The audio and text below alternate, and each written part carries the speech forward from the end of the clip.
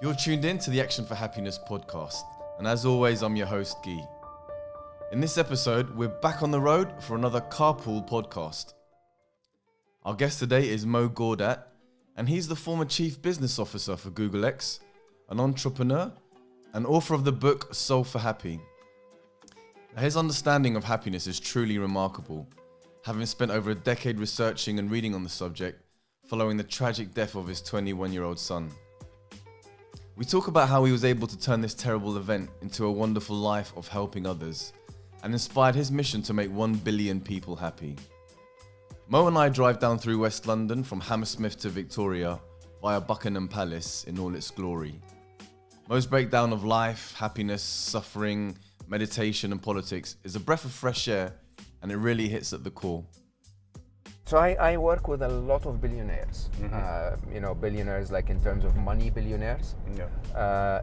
Many of them are not happy, okay? And they're not happy for, not despite having billions, but perhaps because of having billions. I think we forgot in the modern world, because of the way capitalism runs our life, we tend to believe that success is about making money and buying things, okay? Right. But the truth is, in the past, just 150 years ago, before the Industrial Revolution completely took over, success was to create something amazing. Happiness appears to be a very complex thing. It's not at all. It follows a very predictable equation. Yeah. And the equation is your happiness is equal to or greater than the difference between the events of your life and your expectation of how life should be. Yeah. Okay? Life is a zero-sum game, huh? At the end of it, you come to life with no money and you leave with no money. And everything that you earn in between, you can never sleep on 2 beds. You can never wear more than 2 t-shirts, a t-shirt and a shirt on top of it. Action for Happiness is a movement of people committed to building a happier and more caring society. And the guests we have on the podcast epitomize this. So don't forget to like, follow and subscribe to not miss out on any episodes. And visit the website actionforhappiness.org for more details and access to the latest audio and video episodes. Yeah. Wow. Yeah. Well, thank you so much for doing this. Oh my God, it's my pleasure. This is so cool, huh? You've already given a couple of talks at Action for Happiness. So I love Action for Happiness. So you're no stranger to us. I really love what you guys are doing. It's an effort that is needed, and you do it well. And so, yeah, absolutely. Well, I was there for the first talk you gave, the first talk that I saw you give in 2018, and I've seen quite a few speakers come, specifically on the subject of happiness, and so you came down. But when you started speaking about the tragic loss of your son, I couldn't help but just sit back up straight. And how can you not listen passionately then to everything you said thereafter, and being a father myself? So yeah, I just want to thank you for the message that you're sharing, and doing it in such a a strong and courageous way.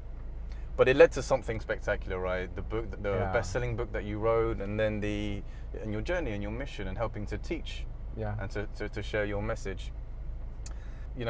Even though the tragic loss of your son, prior to that, you mentioned that even though you had wealth and a good job and a great family, there was still, I think the word you used, miserable, right?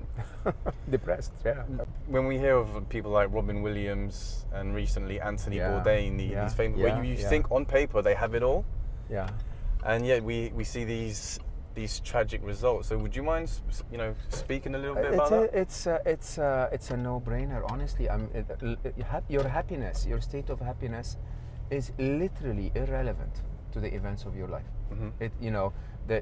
I could know everything about you, and about your current state in life, and it wouldn't tell me more than 10% of the reality of your state of happiness. And happiness is a choice that we have in terms of how we perceive the events of our life. And if we don't perceive the events of our life for what they really are, most of the time we get what I call unwarranted unhappiness. unwarranted unhappiness is unhappiness that you suffer, and you could suffer for years, that has absolutely no reason other than the way you thought about things. Okay, and think about it, you don't have to be a Robin Williams or an Anthony Bourdain to realize that, when you got your first job, you may have told yourself, well, if I can make 150 pounds a month, that will be amazing, or whatever the number. And then you make that, and then you wait a month, and then you start to tell yourself, nah, that's not enough. I need to build a family, and I need to have a mortgage, and then you say maybe 1,500, and then you make that, and then suddenly you go like, nah, that's not enough. I need 5 times that. And every time you achieve a goal, it's funny, you achieve a goal, and then the minute you get it, you start to chase another goal. It makes you happy perhaps for, I don't know, 5 days, a month, and then it goes. And you can see that whatever it is that you're given, if you don't find gratitude in you, you're going to find the reason to be unhappy. So you could have everything in life, and if you look for something wrong with your life, you know what? You're just going to feel unhappy. And is that why, once you hit the billion mark, you find that there'll be a desire for another project, right? So I work with a lot of billionaires, billionaires like in terms of money billionaires. Many, many, many, many of them are not happy, okay? And they're not happy for, not despite having billions, but perhaps because of having billions. To me, I think a billionaire of 1 billion happy people is really a wonderful, wonderful target. I sometimes tell myself, and I say it publicly, if I, by the end of my life, spend everything I've ever earned in my professional career, all that Google gave me, and barely had enough money to eat one last meal before I die, but managed to make 1 billion happy, or even 500 happy, doesn't matter the number, would that count as success? That is the ultimate form of success, if you ask me. I think we forgot in the modern world, because of the way capitalism runs our life.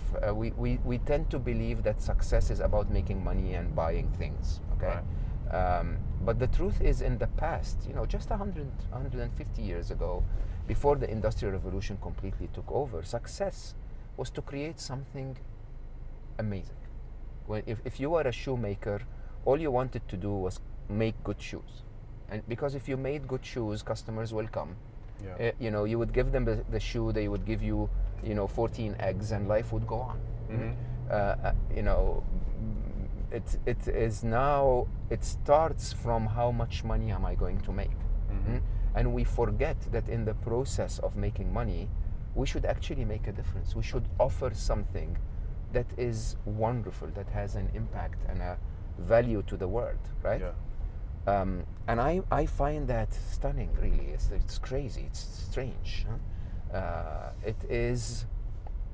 It's giving up on what really matters in favor of something that doesn't matter at all. Because life is a zero-sum game. At the end of it, you come to life with no money, and you leave with no money. And everything that you earn in between, you can never sleep on 2 beds. You can never wear more than 2 t-shirts, a t-shirt and a shirt on top of it. I only wear one most of the time. Actually, this is a shirt. Did you see that? I don't have laundry, so I had to wear a shirt today. But I always wear a t-shirt, and t-shirts are so simple. You made an effort for the podcast, exactly. It's like, how do you guys like me today? But that's the truth, And so you could probably wear an Armani suit instead of a normal suit. Trust me, 2 minutes in, you will forget what you're wearing. Okay, you could wear. I remember vividly. I bought, in my crazy years, I bought so many cars. They're beautiful and expensive and fabulous cars. You sit in, you look at it from the outside, and you go like, wow, I made it. I'm amazing, right? And then you sit inside, and what do you do when you sit inside the car? You look at the road. Yeah. And every car, when you're looking at the road, is exactly the same. Mhm. It doesn't really matter if there is a Bentley logo or a Seat logo. You're still looking at the road. Yeah. Okay? And it just hits you when you have those things that they don't really matter at all. Who is your audience when you're promoting and you're writing the book? Who do you envisage as your audience? Because there's those that turn to these kind of books and to the idea of what is happiness when they're struck with something, when they're suffering, right? Yeah. But there's also like an audience that they're not particularly suffering, but they're interested in these life lessons, right? So when you're so who is your audience when you're doing this? You'll be surprised. So in my writing career, I'm very different than my business career. I don't have targets. Mm-hmm. I don't have audience. I don't have marketing. Okay. Yeah. I don't have sales figures I try to measure how many millions of people we make happy every year, simply for to make it better, but not to give ourselves a target. And I'll tell you openly, who do I write for? Mm-hmm. I write for me. Mm-hmm. Okay, I write what I believe. My writing is often a journey of self-discovery, if you want. And when I wrote Solve for Happy, on one side it was a book that was written to, communicate Ali's mission to the world. But on the other side, remember, I wrote Solve for Happy 17 days after Ali's death. It was my way of going into myself to remember and analyze and reflect so that I can go through my grief. Right. Okay?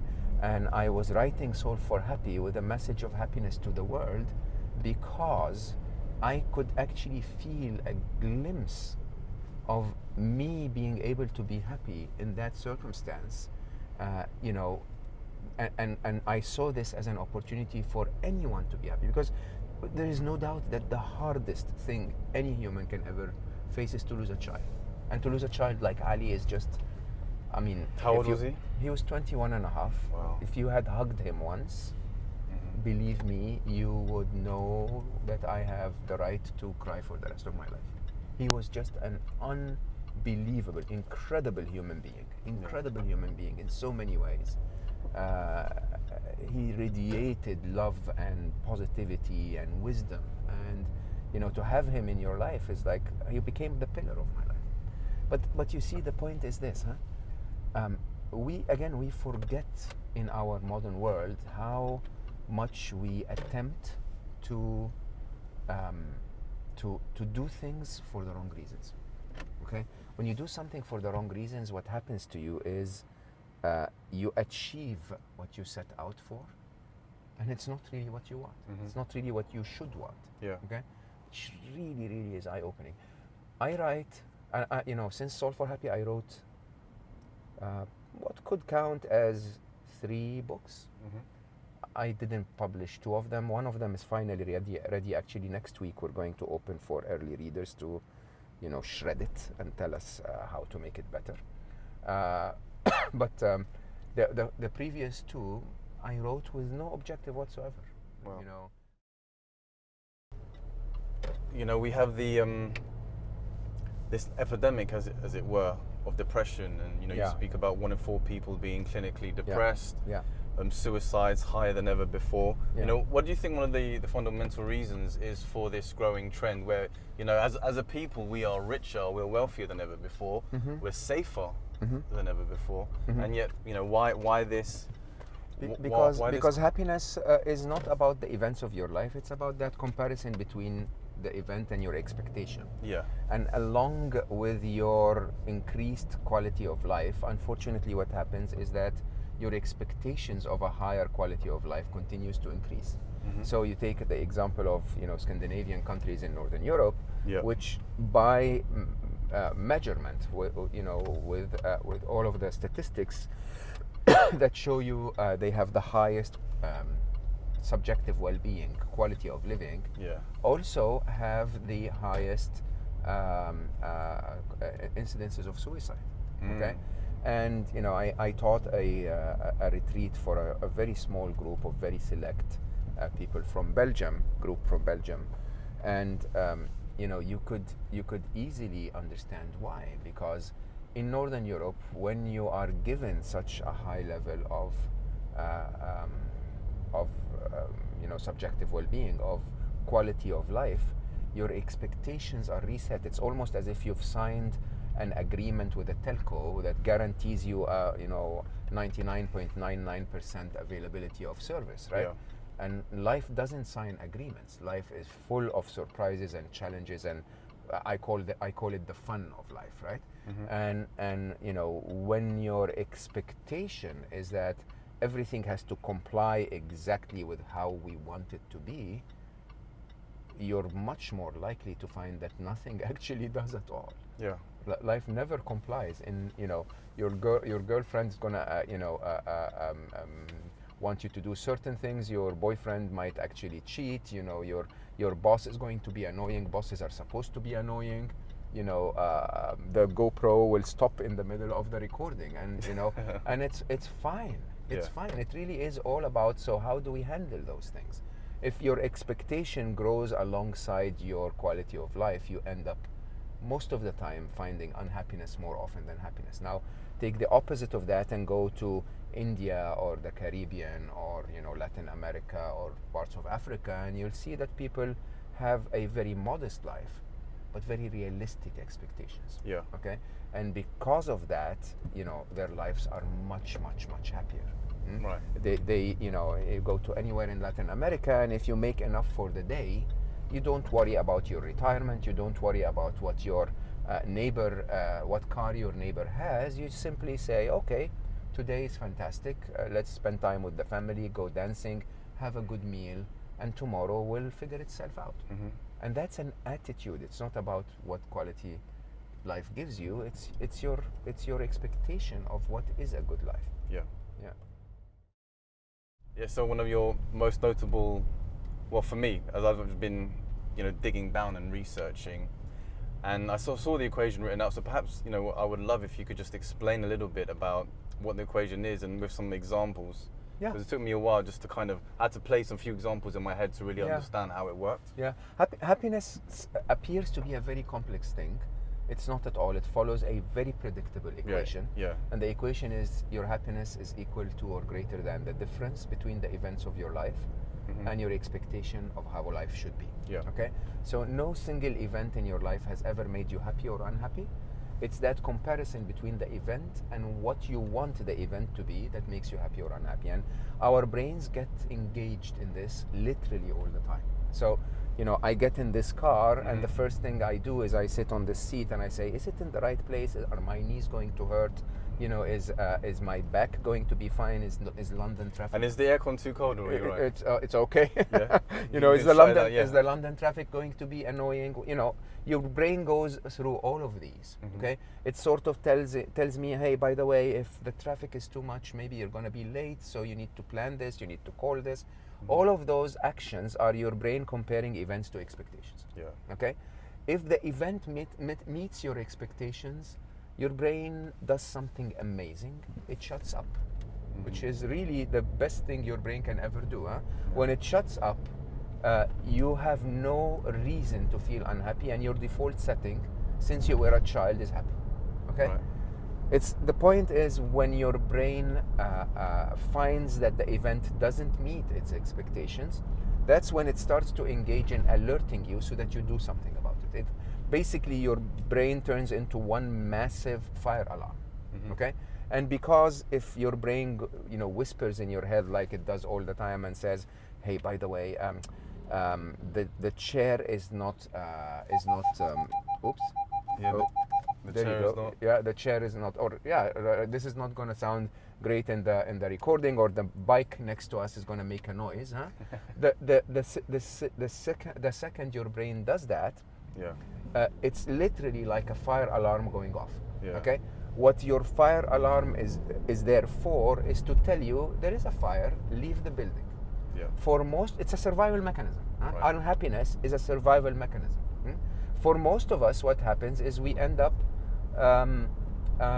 staying in the room, okay? Not only listening to the fire alarm and not taking action, but making it worse. Like, you take a kitchen utensil and then you start hitting and making more noises.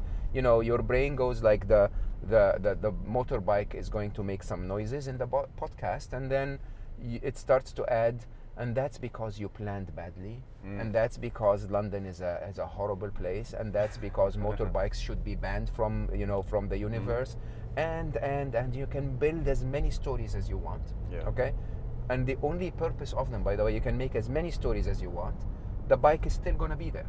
Do you understand? There is no way the bike is going to move until the traffic light turns green. So you can feel unhappy, but it's not going to change a thing. And yet we do it over and over and over. Now, take as many examples of that. Rain never makes anyone unhappy or happy. Rain makes you happy if you want to water your plant. It makes you unhappy if you want to suntan. Okay. Nature has that tendency to make most of us happy. Why? Because when you're in nature, events always meet expectations. You never really look at a tree that is a little crooked, and you tell yourself, it shouldn't be that way. It should be 90 degrees vertical. This is not how it's supposed to be, right? If a tree is crooked, you look at it and you say, wow, this is what I expect from nature. It's beautiful. You sit in front of the ocean, you hear the waves, right? You see the beautiful view, and no one ever says, oh, I love the view, but can we please mute the sound, right? You expect that there is going to be a monotonous sound on the side, and so on. Gratitude makes us happy, because gratitude is not only that events are meeting expectations, gratitude is a practice that reminds your brain that events are even better than meeting expectations. They're so much better than expectations that you're grateful for them. Okay? Now, you start to apply all of the little tricks about happiness that we hear, and apply the happiness equation on it, and then suddenly you start to realize, why is it that actually some things work and some things don't? Now there is an equation, it's predictable. And once it's predictable, then everything about happiness becomes predictable. It becomes a choice followed by effort. Okay, which is when you asked me who is your target, I write like Google develops software. We used to develop software for the thinkers, the trendsetters. Okay, knowing that if we could capture their imagination, others would follow.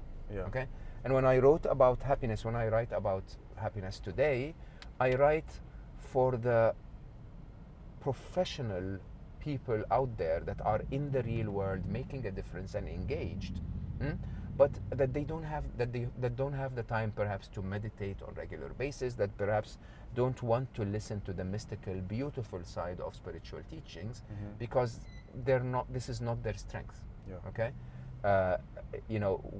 when you talk to people in the modern world who are supposed to engage on daily basis, solving problems and being analytical and adding numbers and looking at facts and data and science, you need to speak a slightly different language, and that's what I attempt to do by offering an equation that asserts the predictability of happiness. You're listening to the Action for Happiness podcast. My name's Guy, and on today's episode, we are joined by Mo Gawdat, a man on a mission to get 1 billion people happy. So I heard you mention the word meditate there. In the Action for Happiness talk, you mentioned that at the time of your son's passing, a feeling of trying to find ways to learn about happiness, and you were getting advice like just meditate and say Om, and that would have. But you had almost like an angry negative response to that. Not really, no. I get angry. So remember, a happiness practitioner's quest is a search for the truth. Okay, I find that the truth sets you free. Okay, and there are so many wonderful people with amazing intentions that want to make people happy by saying meditation works for me. Okay. That doesn't necessarily mean it will work for everyone else. I am highly intolerant to garlic. Okay, my mother believed until today that garlic is one of the healthiest things you can ever put in your body. Okay, and perhaps it is for her. It just isn't for me. Right. Okay. Now here's the challenge. Meditation absolutely works, but it was designed in times where a monk could spend 4 hours a day for 17 years meditating. And you know how neuroplasticity works, huh? What you use grows, what you don't stops. It shrinks. And so if you manage to meditate, if you manage to build a lifestyle where you meditate regularly, say an hour a day, every single day, okay? 2 hours is even better. I know friends who meditate 3 hours a day or 4 hours a day. They wake up at 5 a.m. and they meditate, right? If you can manage to do that, you will get the full benefit of the practice that is called meditation. Okay? How many people meditate regularly? In this country, statistics will tell you less than 10% of the citizens of the United Kingdom meditate more than once a month. Once a month is nothing. It's literally as if you're telling yourself, I'm going to nurture my body by eating one meal every month. Okay? Doesn't work. Just doesn't work. So how do you deal with that? You deal with that by understanding the essence of meditation and doing it as part of your daily practice. Okay? So, you know, I basically work on what I call meditation in the modern world. Meditation in the modern world is a practice where you can include that deliberate attention that comes with meditation in everything that you do. Okay?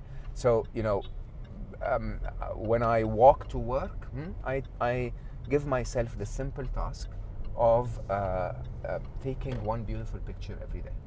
Okay? And is that meditation? Absolutely, because it basically engages deliberate attention. It uses my prefrontal cortex for attention, for searching for things. It takes all of the distractions of incessant thoughts away because I'm actually paying attention to the things around me. It engages all of my being in terms of being present in that moment I'm in. Okay? And that's what meditation is all about. Whether you're observing orange blossoms on a tree, a butterfly, or people smiling, or whether you're observing your breathing, it doesn't actually make a difference as long as you experience life as it is right now. Okay? And you can include so many of those practices in your life every single day, and that's what meditation is all about. Now, if you cannot afford to,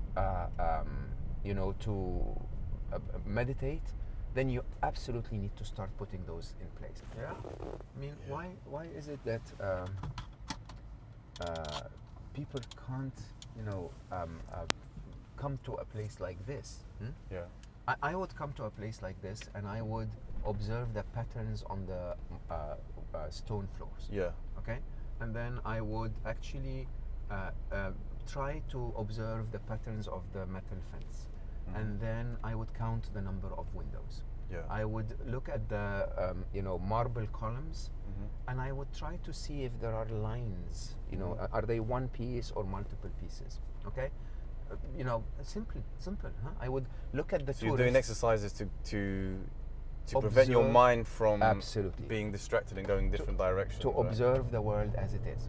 Okay. Now understand, however, most people will tell you meditation is an exercise to calm your brain. That's absolutely not true. Okay? Somehow meditators, perhaps not the experienced ones, not the real advanced ones, will tell you it's good to calm your brain. It's almost as if thinking is a bad thing. Thinking isn't a bad thing. Thinking is what makes us so incredibly civilized. But can we argue that too much? No. Too much useful thinking is amazing. It's useless thinking. It's negative thinking. Okay, but what if you wake up and your thoughts are I'm no good and I'm not worthy? That's horrible. Okay. Yeah, but meditation gives you that tool, the ability to become the observer of thoughts, right? Excellent. So So if you actually really go into the depth of meditation, the practice of calming your brain is basically learning to control your mind. Okay, learning to grab attention to the things that matter. Okay, and just like any beginner, you need to start by the easiest path. So your breath is a very interesting way where you can actually grab your attention and focus on your breath, and then when you're distracted, you can bring it back. Okay, but every meditator will tell you that advanced meditation is analytical. It's you go from observing your breath to observing your body to observing this to observing that to then observing your thoughts, to then analyzing your thoughts, to reflect on the reality, on objective reality, is an exercise that Tibetan monks will do. And that is not to stop thinking, it's to think in a regulated, controlled way. Right. Okay? So I actually have a very simple, very, very simple deal with my brain. Okay? I encourage my brain to go wild. Only with useful thoughts and joyful thoughts. Okay? Give me as many useful thoughts, as many joyful thoughts as you want. Useful thoughts are problem solving, they're experiential thinking, and they're flow. These are the three types of thoughts that are useful. Incessant thinking, zero is allowed. Right. Okay? Not zero, I actually treat my brain kindly. So, it's like if one of my team walks in complaining about something, I give them 10 minutes, I say, tell me what's in your heart. What else?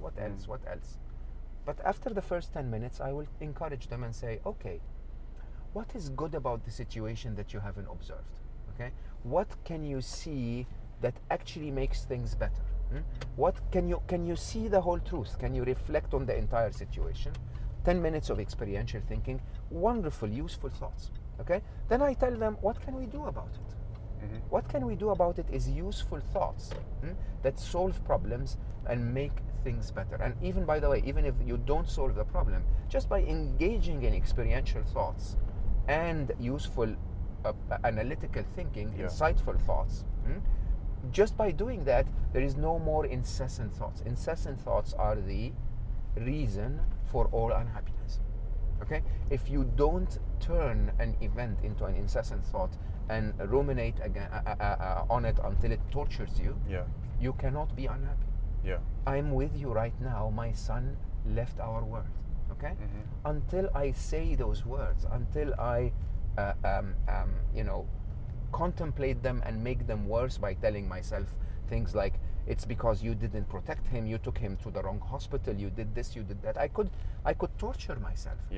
But in the absence of the thought, I'm okay. I'm okay. I don't deny that my son left the world. I feel the pain every time I think about it, but there is no point thinking about it all the time. Okay? Instead, when my brain tells me Ali died, I say, okay, let's do something about it. Let's honor him. Let's turn this into positive energy in the world. And I have a very simple practice. Every time my brain tells me Ali died, I answer in one of two ways. One of them encourages actions, where I tell my brain, great, so let's get up and make 1,000 people happy today. Okay? Let's make 1,000 people love him as much as I do. Wonderful, huh? Or the other, by the way, is I tell my brain the whole truth. Experiential thinking. The whole truth is, yes, Ali died, but Ali also lived. Ali lived. How can you forget that, brain? How can you forget that I was given the gift of a lifetime? 21 and a half years of absolute blessing, absolute joy, absolute wisdom in my life. How can I forget this? How can I ignore the fact that Ali lived? Okay? And when I remind my brain that Ali lived, that's a joyful thought. Okay? Because then when I tell my brain Ali lived, my brain starts to go like, remember when we played this game together? Remember when we discussed that topic together? Remember when we played music together? It's all wonderful, and I wouldn't trade it for anything, even losing the pain of losing it. Wow. Whew, that's deep. It's not. It is really just reality. It really is just reality. It's if you see the truth, you're happy. No, 100% agree. Yeah. And I guess we're almost there. I've got a couple more questions I wanted to get in first. We just passed Buckingham Palace, and a couple of weeks ago, Donald Trump was there. And I just wanted to find out from you, given, all your 12 plus years of reading and researching on the subject of happiness, how conflicting or confusing is it when you hear and see some of the messages and the messages from our world leaders and our politicians, how does that, or does it not resonate with you? It does and it doesn't. So I'll ask you a couple of questions. Yeah. Since Donald Trump was elected, has your life changed in any meaningful way at all? No. Anything at all? Like, have you most people, when I ask them this question, Yeah. they pause for a second and then they go like, no, I'm driving the same car, I'm going to the same job or another similar job, I'm taking the same path, I eat the same things, and other than the noise created all around us, your specific life hasn't changed at all. If you were okay then and you were okay then, you're okay now. Okay? The difference is thoughts. And those thoughts are not necessarily about how your life condition is. It's about fear of how your life condition could be if our world leader is a Donald Trump. Right? Now, fear is an exaggerated response. There is theoretically a system in place that regulates, how things are going, and that leads me to my second question. Okay, I come to the UK often, and I've been here for a few weeks now. Let me ask you a question. The word Brexit is probably said as often as the word she. Okay, it's like it's almost every third conversation is about Brexit. Yeah. And I believe that this was the case since Brexit, so a few years now. Have you contributed anything whatsoever, you personally, okay, by listening to the BBC every morning, getting aggravated about what's going on, then going and talking to your friends, and then, right? Have you actually contributed anything concrete? Have you made a difference to the situation?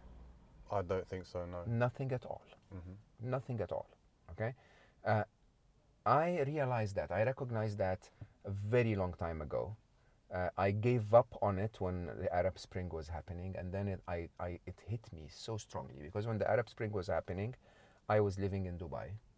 And, by watching the news every day, I just killed myself. My heart would ache from all of the pain and all of the suffering of people that I relate to. Yeah. Okay? And I asked myself a very specific question. I said, by watching the news 3 hours a day, am I actually making a difference? Zero. Okay? What is the only difference that I'm making? I'm torturing myself. I'm being harsh on my family. I'm not paying attention to my work. Now, I'll bring you the engineer side of me. The engineer side of me will tell you, unless you have an impact, you're wasting your life. Okay? And most of us, being human and not gods and not, X-men or X-women, we are only able to impact on a few things in life. Yeah. I give 95% of my time to those few things and 5% to everything else. Okay? I understand there is a problem with Brexit. I understand at the top level what that is. I understand deeply that I will never in my life have an impact on this. If there is a vote that I'm asked to go and vote for, I'm not a British citizen, so I will never be. But if there is ever a vote, at the time I will collect all the information and I will do the analysis and I will make a choice. Until then, I'm wasting my life, I'm wasting my stress, I'm wasting my valuable resource, where I can use that valuable resource to champion 1 billion happy, to champion reinventing retail, to champion even spending time with one single friend, having a cup of coffee, discussing something that might make them happier. Yeah. All of that, without exception, is a better use of my time. It's a wise use of my happiness inventory. Okay? Wise words. Yeah. So the what I ask people to do is the following: If you can do, Franklin Covey in business used to say it's in your area of influence or in your area of concern. All of the events of your life will either happen to be in your area of influence, which means you can actually influence them, or in your area of concern, which means you can hit yourself against the wall 600 times. You're not going to make a difference. Right. If it's in your area of concern, acknowledge it and focus on the stuff that is in your area of influence and try to change it. Okay? I go a step further and I say, if it's in my area of influence and my area of passion, how much of my attention should go to it? Yeah. So I'm passionate about happiness, compassion, empowering the feminine. I'm passionate about fixing the environment. Okay? And believe it or not, by not being passionate about the negativity of having Donald Trump in the office, or the negativity of Brexit, or the negativity of greed, or the negativity of other problems. Our world is full of problems. I can't fix all of them, but I can champion those 4 and do the best that I can. And if the best that I can make a dent, then I've done well. And if it doesn't, at least I spent my life doing something valuable.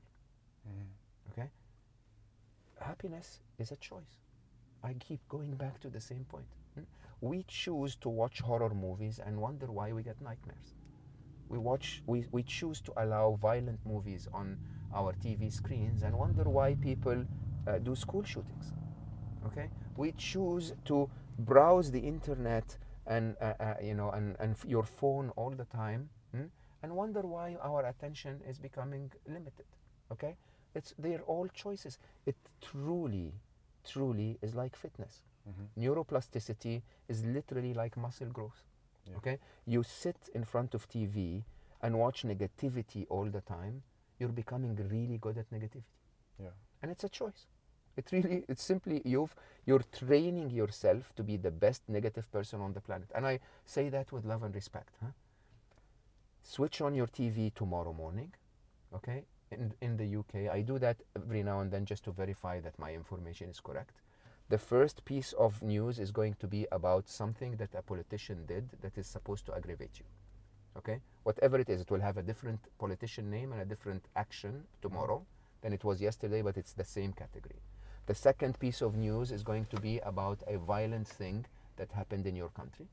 The third piece of news is about a violent thing that happened elsewhere in the world, or a natural disaster that took the life of a lot of people.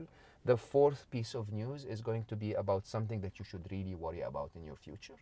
Okay? And then they will say, and a penguin kissed a chick. Okay? Just to make you feel that life is still worth living and you should actually go to work. Right. Okay? If you can't see the pattern, then I'm sorry to tell you, you're really not observing the big picture. Then that's the pattern. Yeah. Yet we watch it every day. Why? Okay? The pattern is you watch a violent, and I say that with respect, and I stopped watching violent movies 12 years ago. I promise you, I get nauseous. Okay? When someone kills someone in a movie and I didn't expect, I get nauseous. I can't watch it anymore. I don't have it in me anymore. Yeah. While the reality is 12 years ago, someone would point a gun at someone else's head and shoot in my own home, and my heart wouldn't move. That's wrong. I'm sorry to tell you, it is wrong. It's absolutely wrong. We pass by homeless people, we don't even think about it. Okay, maybe solving the homeless problem is a challenge, huh? But your heart doesn't move. What happened to us? We trained ourselves to be negative. We train ourselves to be unhappy. We train ourselves to be unengaged. Yeah. Okay? We're training ourselves to stop being human. Yeah. And then we ask, why is the world where it is? It's because we are where we are. Yeah, I knew today you were going to come and talk from the heart, so I appreciate it. I always it's do. true. Yep. I always do, but I have to say there is a sense of urgency. I really believe that, I was blown away by the documentary on Netflix. It's called Our Planet. I don't know if you saw that. It really hurt my heart. We lose 120 species, not 120 beings. It's the greatest mass extinction has occurred in the last decade. You just look at what we're doing. Look at what we're doing. Where is that coming from? How can we accept that? And you know what? It is our own choice. It really is. And I don't expect me or the biggest leader in the world or you or anyone to fix it. Mm-hmm. I'm not responsible to fix the world. I'm responsible to fix my little world. And my little world revolves around three things. About finding happiness, prioritizing my own happiness, okay? Investing in my happiness like I invest in my fitness, like I invest in work, like I invest in listening to podcasts. An hour a day, 4 times a week, invest in your happiness, okay? And then have the compassion in you to share it with others. Just tell other people, hey, by the way, I realized that happiness is important. Hey, by the way, I realized that I learned something that maybe would benefit you. And if every one of us does this, the world will change from the bottom up. Right. And we're still waiting for Trump to fix it. Good luck. So if people want to find out a bit more about you, support what you're doing, and purchase your book, what's the best way for them to do that? Help us on the mission. onebillionhappy.org is really the core of this. The book is solveforhappy.com. Solve like solving an equation. And all of the all of the content of the book is available online. If you're not a reader, that's also okay. And we are actually hoping to launch a volunteer platform for 1 Billion Happy within a few weeks. So that would be a big way for people to come in and contribute. We're trying to take this message and translate it to other languages in the world and spread it across the world. And I'm outreach at solveforhappy.com is where I can get messages, and I respond to most messages. I read all messages, but I respond to most because it's almost impossible to have the time to answer all of them. And just tell your sister and your best friend, champion 2 people, make them happier. And that's all I'm asking you to do today. All right. Well, it's truly been an honor and a pleasure, and it's been thank you. It's one of those podcasts where I just happy just to sit back and Thank you so much. few prompters and just really take it all in. I really enjoyed it, and it was surprisingly easy driving through London. Did you notice that? Well, I deliberately took a longer route. Oh, there you go. I wanted to pass Buckingham Palace because otherwise the journey would have been a little bit too short. So I probably added a bit to it. But even at 6 o'clock in rush hour, we still made it in very good time. We did. Thank you for all right. Well, thank you. Yeah? Thank you. Yeah. And remember, if you would like to help create a kinder and happier world, then please get involved with Action for Happiness. You can join thousands of others who are spreading a bit more happiness in their homes, workplaces, schools, and local communities. Our website has all the information you need to sign up for our Exploring What Matters course, and also details about facilitating one yourself. All the information is online, and we're here to answer any questions you have. Don't forget to subscribe, like, and follow to keep up to date with all our content, and find out more at actionforhappiness.org. Join the movement, be the change.